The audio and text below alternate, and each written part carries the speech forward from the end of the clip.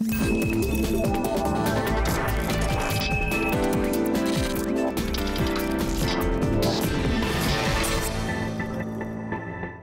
to the Keiser Report. I'm Max Keiser. While some in Ukraine want to join the EU, a recent poll shows that 52% of French workers want to leave the euro, and that only 34% of them think the EU is a good thing. Only one of these two groups is right. Either being an EU member is horrible or it's a good thing. The fact that we don't know is a market failure. For until we can let free participants in the EU market give us a price signal, then we don't know the value of membership. Seems logical, Stacey. Well, a lot of it seems to come down to trade deals. Remember, it was a trade deal that Yanukovych had backed out of in the Ukraine, which caused some people to come out into the streets and be upset. Well, in the EU right now, they're looking to secretly negotiate a trade deal with the United States called TTIP, the Transatlantic Trade and Investment Partnership Deal.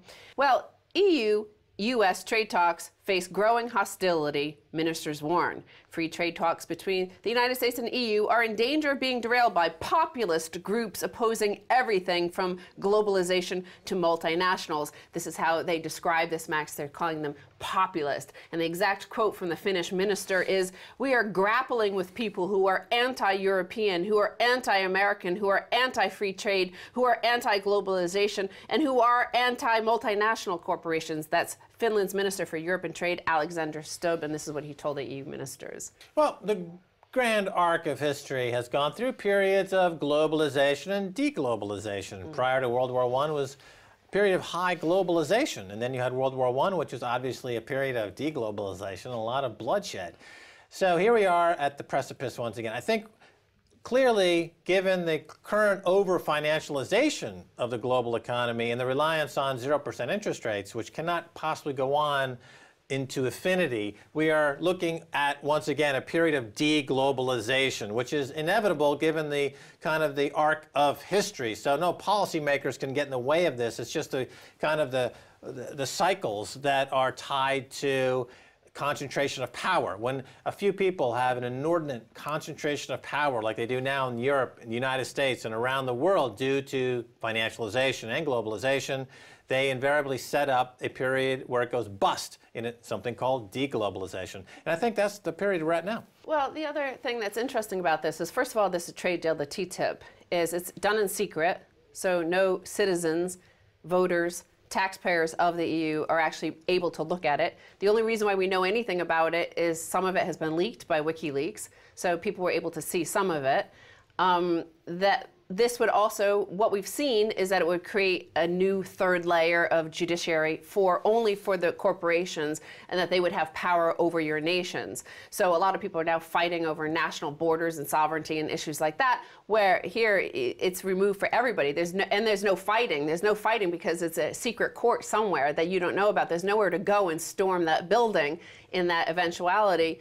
And the other thing is that here they are condemning the very people and their own taxpayers, their own citizens, who don't want the same deal that basically that Yanukovych didn't sign. Here they're calling them anti-American, anti-European, anti-globalization, anti-multinational corporation. Right. Well, it's a train wreck of trade deals that are overlapping each other in ways that are completely counterproductive and counterintuitive and can't possibly last. And so here you have a situation where the TTIP, it's not free trade. Let's get that clear. It's not about free trade.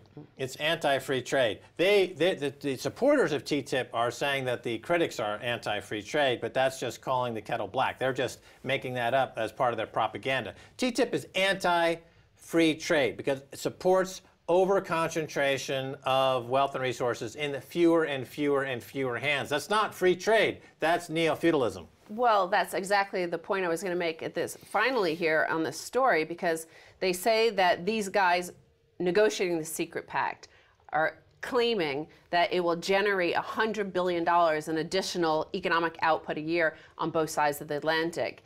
But since the financial crisis, it's something like 97% of the gains have gone to the top 1%. So what they're saying is it'll create $97 billion more for the oligarchs that run everything. Exactly. It'll create another $97 billion of wealth for the oligarchs, the very small percentage of folks that are putting these deals together. They also don't mention that it's $100 billion worth more of trade and another $600 to $700 billion more debt. They never tell you the debt. Like the UK, for example, is at historic debt levels. They don't mention that when they talk about the so-called growth. One of the ministers in the article actually says, you know, people are concerned about Monsanto in particular, even though that's in the trade deal, the secret trade deal that we saw about this copyright cartel and the intellectual property rights. They're saying, we won't allow it, however, in the EU. So why is it in the trade deal? So you know they're already lying to you. Now, speaking of being lied to, there's Anatol Levin, who is an author, a journalist, and a policy analyst at the New American Institute. And he is over in the Ukraine. And this is what he said about one of the worst things. He's assigning blame everywhere, essentially. But he said the thing that the EU and the US have done wrong is this in particular. After years of demanding that successive Ukrainian governments undertake painful reforms in order to draw nearer to the West is now in a paradoxical position. If it wishes to save the new government from a Russian-backed counter-revolution, it will have to forget about any reforms that will alienate ordinary people and instead give huge sums in aid with no strings attached. The EU has allowed the demonstrators in Kiev to believe that their actions have brought Ukraine closer to EU membership, but if anything, this is now even further away than it was before the revolution. So he's saying that they're going to have to give the Ukrainians, if they want to not make them angry and come protest against them, basically money with no strings attached, unlike what Greece and Ireland and Portugal and Spain have had. So again, I'm saying that the EU finds itself in this position of having to put together deals that are self-defeating and self-repudiating in the face of a growing population that is unrestful, to put it in those terms, civil unrest. So they are compounding the social cohesion risk, as it's called, or the revolt risk, or the people in the street throwing rocks risk, by putting out a series of deal memos and other documents into the public domain that are completely canceling each other out in a way that, oh my God, only a few people are getting rich. And because of the internet, because of the trends toward deglobalization, which is the internet's all about deglobalization in many ways, these people are now having to face the possibility of being hoisted by their own petard. Even more anti-Euro, Eurosceptic than the French are the Greeks. In fact, I believe they're number one. No, they're number two, only to the UK, which is more Eurosceptic. So here's a headline from Greece this week to see how they have fared under IMF, Troika sort of restrictions on their freedom. Home ownership in Greece's sick joke as property market collapses. Since the outbreak of the Greek debt crisis 4 years ago, property values nationwide have dropped by around 32%, according to the Bank of Greece. Estate agents contracted by The Guardian estimated the decline at near 50%. So not only have house prices declined the second most in all of Europe, but now it's considered a sick joke to even own property that you might pass to your children. The situation is so dire that home ownership, at nearly 87%, the highest in the EU, has become cause for black humor. The joke now doing the rounds is, if you want to punish your children, you threaten to pass on property to them.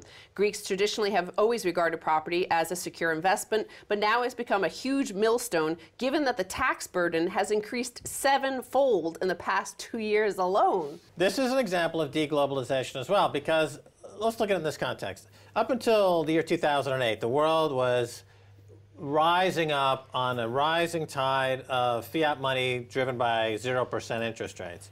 But now, since 2008, the tide's been going out in a deglobalized way, which means that the financialization has also been decelerating. So a country like Greece, this is where you're seeing the money being pulled out and the property values are collapsing as a proof, as an example of deglobalization. If Greece were going to be part of the globalized world, then that spigot of cash would not have been turned off to Greece. So this is happening in all these peripheral countries, and it's happening within countries. It's happening within Ukraine. It's happening within Eurozone. It's happening within the United States. If you're not on the wrong side of the apartheid wall, the interest rate apartheid wall, then you're being deglobalized forcefully by having the money taken away from you. So this is all happening. The people who are least aware of this are the folks that are benefiting still from all the free money printing, like John Kerry, who makes like ludicrous statements. When John Kerry, the Secretary of State, talks, it's like listening to a star from 30 years ago that his speech just arrived on planet Earth 30 years later. Because what he's saying, the context, the paradigm that John Kerry speaks of in describing Ukraine and other issues of geopolitical importance was irrelevant 30 years ago. He's not even in the 21st century anymore. Also here in Greece, so you could see their situation since joining the euro. First, it looked really nice. Their lifestyles are very nice down there in Greece, and it's collapsed. You go there now, and it's homelessness everywhere. It's people without any health care at all now. Hospitals without even any pharmaceuticals or equipment because nobody will send them stuff. So the only thing at this moment keeping the Greeks afloat is they're basically selling EU residency. So in the article points this out, is that they're selling residency for 250,000 euros, which they advertise as being better than what Spain and Portugal are selling for 500,000 euro. So they're selling their EU residency, and this is the only hope, is actually putting a price on what that residency might be worth. Yeah, well, presumably after the Titanic hit the iceberg, somebody was trying to sell their first-class cabins. You know, to anybody willing to fork over some bucks. But I'm not sure that's a great buy. No, but you know, in terms of their incomes as well in Greece, those have declined rapidly as well, so making it harder to pay these tax burden of the sevenfold increase in taxes. So you can buy an asset that's guaranteed to go down in value while you're losing money on the income stream. Hey, that sounds like Hank Paulson or Ben Bernanke. Oh, he's gone. Janet Yellen, get her into on this deal. She's going to be all over it.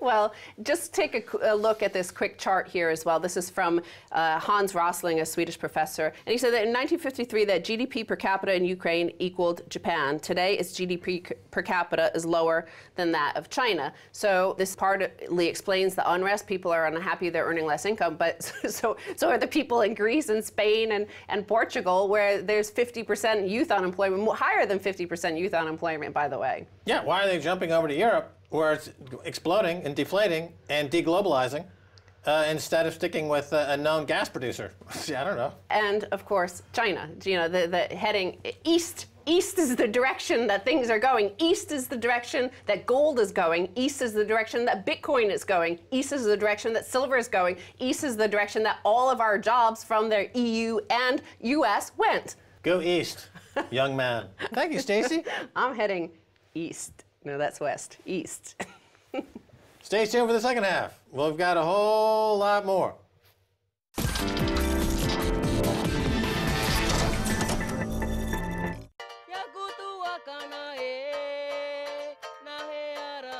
They look like bounty islands, where the locals can enjoy the sun and the ocean. But what was buried here years ago means these people are suffering the consequences.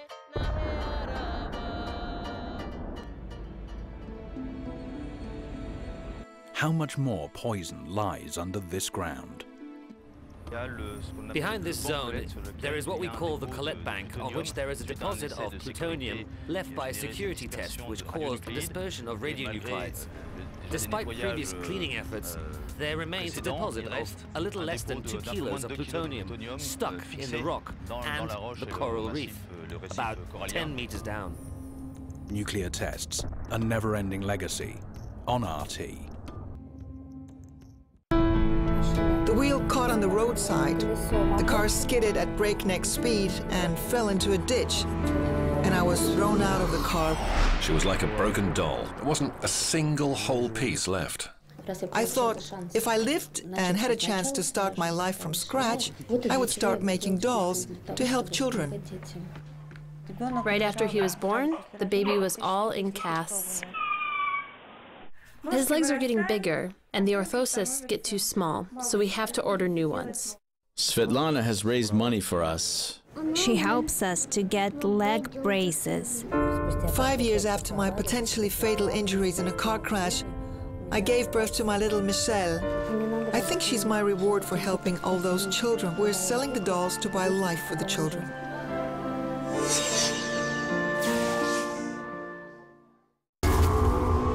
I always just look at athletes, athletes as people.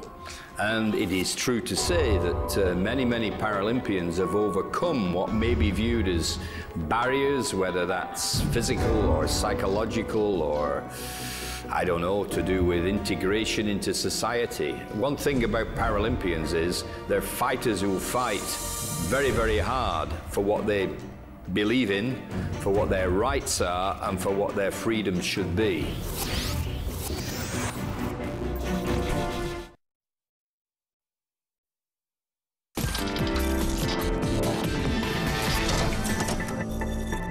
Welcome back to the Keiser Report. I'm Max Keiser. Time now to go to Costa Rica and speak with Dmitry Orlov, author of Collapse Gap and also of Reinventing Collapse. Dmitry, welcome back to the Keiser Report. Great to be with you, Max. All right, Dmitry, you were born in Russia, moved to the U.S. when you were 12, so you understand both views on this Ukraine crisis. First, tell us the economic story that triggered the situation in Ukraine and what the fallout is today.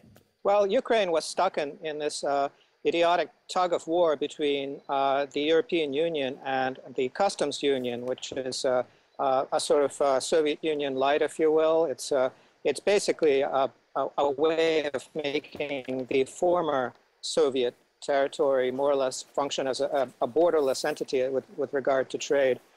The European Union wanted Ukraine in its fold for political reasons largely, but really wasn't able to offer it anything. And facing bankruptcy, the Ukrainian government turned to Moscow for help, and Moscow obliged with admission to the Customs Union and with some $15 billion of pledged support, but that upset the West. And so in this tug of war, basically whatever consensus existed in Ukraine was destroyed, and this allowed a bunch of neo-Nazis to dive into the breach and take over the government, and basically take over parliament and have the parliament do whatever it wants, basically at gunpoint, which is not a legitimate state of affairs. But unfortunately, the United States and Brussels decided to recognize this new neo-Nazi regime in Kiev and make it its own, precipitating the next stage of the crisis. All right. What are the specifics of the EU trade deal which Yanukovych refused to sign, and what happens from here? Well, basically, the Ukrainian economy is non-competitive with the West. If you just throw it open to open competition, it would pretty much not be able to compete. The only way the Ukrainians, without a massive modernization that would cost many tens or maybe hundreds of billions, the only way it can function is with cheap Russian energy. The only way to get at that cheap Russian energy below market is to enter into the customs union. So Yanukovych, he's not very smart, by the way, but he was able to recognize that entry into the European Union, throwing the Ukrainian economy open to competition within the EU, is basically the quickest road to bankruptcy imaginable, and that the only way he could actually keep the whole thing afloat would be to strike a deal with Moscow. Unfortunately, this did not sit well with the US State Department or with Brussels. Right. Now, the IMF and the EU is what they've got. The new prime minister has called for budget cuts. The Greek, Spanish, Portuguese, and French right occasionally against austerity. How will the Ukrainians take it, if you get what I'm getting at here? You already have a template in the Greek and other countries for what's going on in the Eurozone. How are the Ukrainians going to take to this? Well, Ukraine, except for a few oligarchs who are fabulously rich, is already quite austere. So it's very hard to impose cuts on something that's already been cut and hollowed out, etc. That said, there's still quite a lot of stuff to be sold within Ukraine. You could pretty much, anything that's not bolted down can be carted away and, sold to the Chinese to smelt down or whatever. There's still plenty of dirt there that's high quality dirt that can be exported. Lots of stuff. people can be sold into slavery. That's probably, you know, the biggest profit center as far as privatizing all of Ukraine. The people can be sold into slavery. That reminds me of a couple of years ago in Ireland during the height of the crisis. They were selling Irish peat to Americans by the bag, so you could have real Irish dirt in your own backyard. Now, the Svoboda Party is part of the government, but their policy platform calls for the nationalization of enterprise and for ending privatization. Are they likely to achieve this plan? No, not at all. The more likely, on the lunatic fringe of European politics, which seems to be in charge now, the more likely developments have to do basically with bigotry, with denying Russians their linguistic and cultural rights, maybe finding some Jews to attack, maybe some pogroms, things like that. But they're not really, you know, they're not likely to spearhead some new economic initiative. Now, Dmitry, the British journalist, author, and policy analyst Anatol Livin says that Ukraine is further from EU membership now than they were before the revolution due to economic devastation. So, your thoughts? Well, why would a mostly agrarian country with an ancient, largely obsolete industrial base that is connected, very much connected to the Russian industrial base, why would it want to enter EU? Its only way forward, really, is with Russia, as it has always been, as a component of the Russian industrial machine. That is really the only way it can continue to exist as a developed society. If it enters the EU, then it is automatically bankrupt, automatically non-competitive. Nobody is going to give it the hundreds of billions of euros it would take it to modernize. It doesn't really have the legal apparatus. That is, you know, quickly becoming destroyed. It's a very corrupt place. So it just really doesn't stand a chance in the EU at all. All right, now, Dmitry Orlov, of course, you came to prominence with your essays Collapse Gap and the follow-up to that essay, talking about how basically the arms race between America and Soviet Union has bankrupted both countries, with the Soviet Union going bust first and the U.S. is kind of going through a slow-motion collapse over the past 20 years. What can we glean from this current Ukraine crisis that would relate to the collapse gap theory? How do you fit it into your paradigm?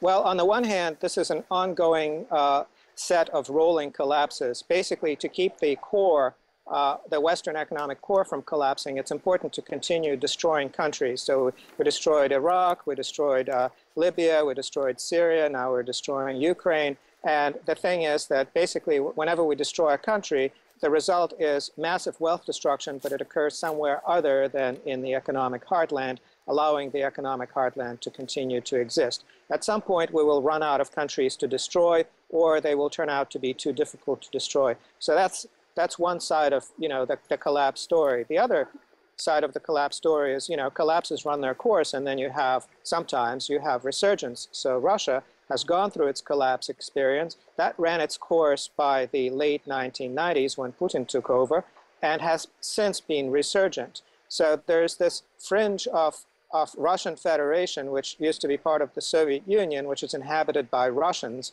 and the Russians got stuck on the wrong side of the border, be it in the Ukraine, be it in various parts that were formerly part of the former Soviet Georgia, be it in Kazakhstan. So these Russians still have their Russian citizenship and still have their citizenship rights. And so when the West talks about, you know, the indivisibility of some territory of a newly pronounced republic, they have to keep in mind that the population of that republic is not its own. Dmitry, what do you make of the comments from Victoria Nuland that were leaked a few days ago, a week ago or so, where she's basically implying that the U.S. is seeking to control events in Ukraine in what could be called to some degree a bit of a coup, if you will. You know, yeah. What are your thoughts on that leaked recording of Victoria Nuland saying basically the EU should go f themselves? Oh, well, you know, everybody, you know, zeroed in on the F word, but the really important message is that basically Nuland was coaching the ambassador on how to handle a couple of opposition figures who basically have turned out to be Western operatives. They've been coached for the job of taking over, and they sort of did. The reason I say sort of is because Nuland and everybody else has been completely blindsided by the fact that the people who are actually in power now are these neo-Nazis, these extreme right-wing, reactionary, bigoted people who use violence to get their way. Basically, they get the parliament in Kiev to legislate at gunpoint. And the government that has been thrust into office, if you will, lacks legitimacy, lacks popular support. Russian flags are going up all over the place, and I don't think it's long for this world. Now, Dmitry, when I listen to Secretary of State John Kerry talking about the situation, and he's talking about, you know, nobody in the 21st century would invade a country with under no pretense, seemingly completely oblivious to the events that in the last 5 or 10 years that America has engaged with, just stumbling into countries like Iraq with no pretense. He seems like he's talking from the 1950s or 1960s, and his voice is just reaching us like the light from a distant star. Like as if he never heard of WikiLeaks, he's never heard of the NSA reveals, he's never heard of the internet. Yet he's Secretary of State. You know, during the Arab Spring, it was revealed, of course, that the Facebook revolution, as it was described, got traction because the head of Egypt at that time, Mubarak, had never heard of Facebook, had never heard of the internet, and yet so they had this revolution right under his nose. Is John Kerry on a Mubarak level disconnect with the reality of social media and the internet, and is this part of the collapse gap, Dmitry?